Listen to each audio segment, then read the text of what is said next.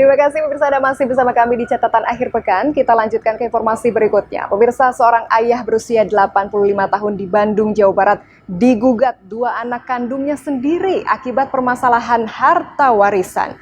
Sidang anak menggugat orang tuanya ini digelar di Pengadilan Negeri Kota Bandung. Ironisnya, salah satu anak yang berprofesi sebagai kuasa hukum yang juga menggugat dikabarkan meninggal dunia. Didampingi dua orang anaknya, Imas dan Hamida, R.E. Koswara hadir untuk memenuhi panggilan majelis hakim di Pengadilan Negeri Bandung untuk menjalani sidang gugatan kasus warisan. Kakek berusia 85 tahun ini langsung memasuki ruang 3 pengadilan sebagai tergugat. R.E. Koswara digugat oleh dua anak kandungnya sendiri, yakni Deden dan Masito. Perkara yang memprihatinkan ini dimulai saat Deden, anak yang menggugat, mengontrak kios di tanah milik ayahnya selaku ahli waris dari peninggalan kakeknya. Namun Koswara bermaksud akan menjual tempat tersebut. Sontak Deden pun tidak terima dan meminta Masito yang berprofesi sebagai pengacara untuk menjadi kuasa hukum dan menggugat bapaknya sebesar 3 miliar rupiah. Kasus ini pun masuk ke meja persidangan, akan tetapi sidang yang dipimpin Hakim I. Gede Swastika ini belum dapat digelar karena salah satu penggugat, yaitu Masito, dikabarkan meninggal dunia. Sidang pun hanya memeriksa berkas dan akan dilanjutkan pekan depan. Kasus yang menimpa Koswara mendapat simpati dari para penasihat hukum. Sebelumnya Koswara hanya didampingi 3 pengacara, namun kini 17 pengacara akan ikut membela Koswara.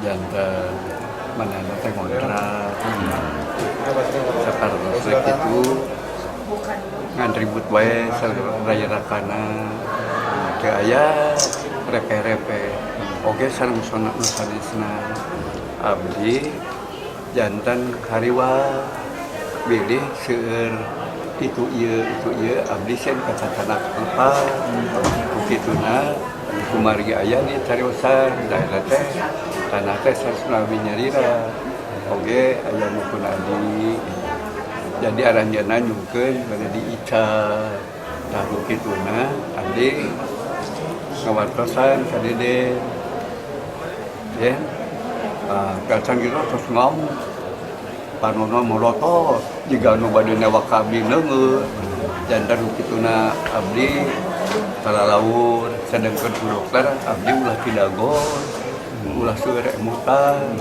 kedah cicing we nya abdi murud gitu.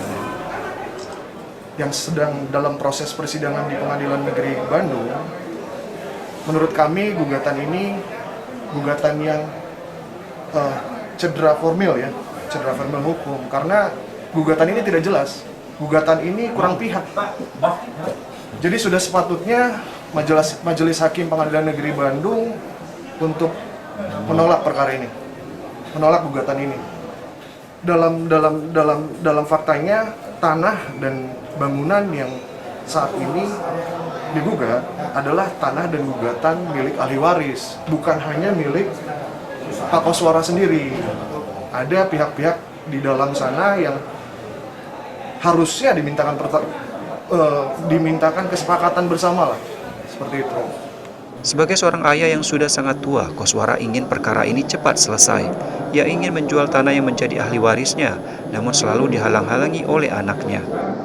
Fakta yang mencengangkan lainnya tak hanya pada sang ayah, Deden juga menggugat 5 orang lainnya, yaitu Imas, anak pertama, Hamida, anak kelima, Ketua RT, Perusahaan Listrik Negara, dan Badan Pertanahan Nasional atau BPN. Sidang sendiri rencananya akan digelar pekan depan dengan agenda pemaparan berkas perkara. Tim redaksi Badar TV.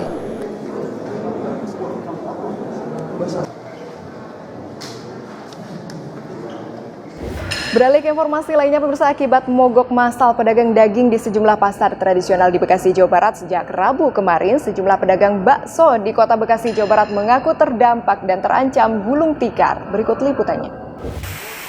Sejumlah pedagang mie ayam dan bakso yang tergabung dalam Asosiasi Pedagang Mie Ayam dan Bakso di Kota Bekasi, Jawa Barat, terancam gulung tikar. Pasalnya akibat mogok massal yang dilakukan para pedagang daging sapi se-Jabodetabek di pasar tradisional, menyebabkan pelaku usaha mikro seperti tukang bakso ikut dirugikan. Mengetahui informasi tersebut, Wakil Wali Kota Bekasi langsung menemui para pedagang mie ayam dan bakso di wilayah Bekasi Utara pada Kamis pagi. Para pedagang bakso berharap pemerintah Kota Bekasi bisa memberikan solusi serta menjembatani kepada pemerintah pusat agar harga daging sapi yang merupakan bahan baku utama bakso bisa kembali stabil. Harga daging sapi di pasar saat ini sendiri berkisar 120 hingga Rp130.000. Dengan mogoknya para pedagang daging, dikhawatirkan pedagang bakso merugi hingga terancam gulung tikar. Pasalnya dengan kenaikan harga bahan daging, pedagang bakso tentunya harus menyesuaikan kembali harga jual dan dikhawatirkan akan kehilangan para konsumen. Dengan mogoknya tukang daging secara serentak di Bekasi Jabodetabek ini, kami kehilangan omset sekitar 70%. 70%. Kita udah 2 hari ini nggak dapat bahan baku. Akhirnya ya kita jualan apa yang ada aja, mie ayam sama ayam goreng, ayam bakar seperti itu. Tapi biasanya nggak ada. Udah naik? Iya, udah naik 5 per kilo. Tadinya berapa Mas biasanya? Tadinya 115, sekarang 120. Oke. Anak-anak lagi. Kalau buat anggaran nih Mas ya. Buat anggaran. Terus gimana Mas kondisi penjualan saat ini atau besok nanti? Tahun ini Mas, pertama harganya naik. Kedua lagi ya jualannya lagi menurun. Ketiga lagi ada pembatasan. Kita berubah. Sementara itu, Wakil Wali Kota Bekasi yang mengunjungi para pedagang mie ayam dan bakso mengatakan akan berusaha menjembatani untuk berkomunikasi dengan Kementerian Perdagangan untuk bisa memberikan kepastian agar harga daging sapi bisa kembali normal. Dan itulah ekonomi yang bisa menggerakkan Kota Bekasi sampai hari ini, ya, di mana pendapatan APBD-nya tidak terkoreksi secara besar. Jadi hidup terus kota ini karena memang jasa dan perdagangan. Nah, perdagangan inilah yang membuat giro kota ini terus bergerak. Jadi saya berterima kasih ya kepada teman-teman rekan-rekan ya, yang kemudian terus berjuang ya, untuk meningkatkan stabilisasi daripada kondisi ekonomi yang ada di Kota Bekasi. Harapannya tentunya ya, pemerintah mendengar, mengambil langkah-langkah strategis dan tepat ya, sehingga stabilisasi harga bisa kita peroleh, sehingga para pedagang kemudian usaha yang lainnya juga bisa mengikuti. Ya, dampaknya itu tadi ya, minuman pun juga ya, berkurang. Nah, ini prospeknya nanti ke pabrik kemudian nanti ada kekurangan tenaga kerja. Ini saya kira kompleksitas yang harus kita selesaikan dan kita bersama-sama. Para pedagang bakso berharap agar mogok massal yang dilakukan pedagang daging sapi tidak berlarut dan harga jual daging di pasaran bisa kembali stabil. Amarullah, Badar TV, Bekasi. Pemirsa, sesuai dengan tahapan KPUD Karawang, Jawa Barat, hari Rabu 20 Januari kemarin adalah penetapan Bupati terpilih 2021-2025. Namun, karena belum turunnya surat keterangan dari Mahkamah Konstitusi, sehingga jadwal penetapan Bupati terpilih diundur sampai turun surat dari MK. Penetapan Bupati dan Wakil Bupati Karawang, Jawa Barat terpilih yang akan diselenggarakan pada hari Rabu ini terpaksa ditunda lantaran belum adanya surat keterangan dari Mahkamah Konstitusi atau MK. Kasum Sanjaya, Komisioner Divisi Teknis KPU Karawang mengatakan untuk penetapan Bupati dan Wakil Bupati terpilih, KPU Karawang masih menunggu SK dari MK. Meskipun di Karawang tidak ada sengketa untuk PKPU, tetap penetapan sesuai dengan aturan berdasarkan ketentuan MK.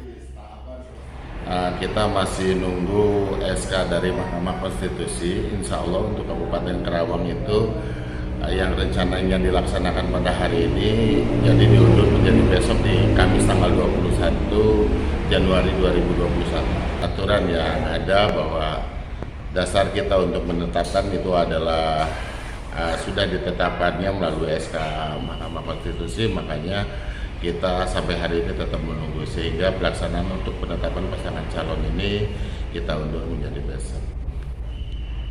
Menurutnya rencana penetapan Bupati dan Wakil Bupati terpilih yang seharusnya hari ini diundur menjadi besok pada Kamis 21 Januari pukul 10 pagi dengan menghadirkan sejumlah pihak terkait dan Forkopimda serta dengan menerapkan protokol kesehatan. Maimunah, Badar TV, Karawang. Dan pemirsa, informasi tadi sekaligus mengakhiri jumpa kita dalam catatan akhir pekan kali ini. Saya Dita Ruspendi mewakili segenap tim yang bertugas mengucapkan terima kasih atas kebersamaan Anda. Tetap jaga protokol kesehatan, rajin mencuci tangan, menggunakan masker, dan menjaga jarak.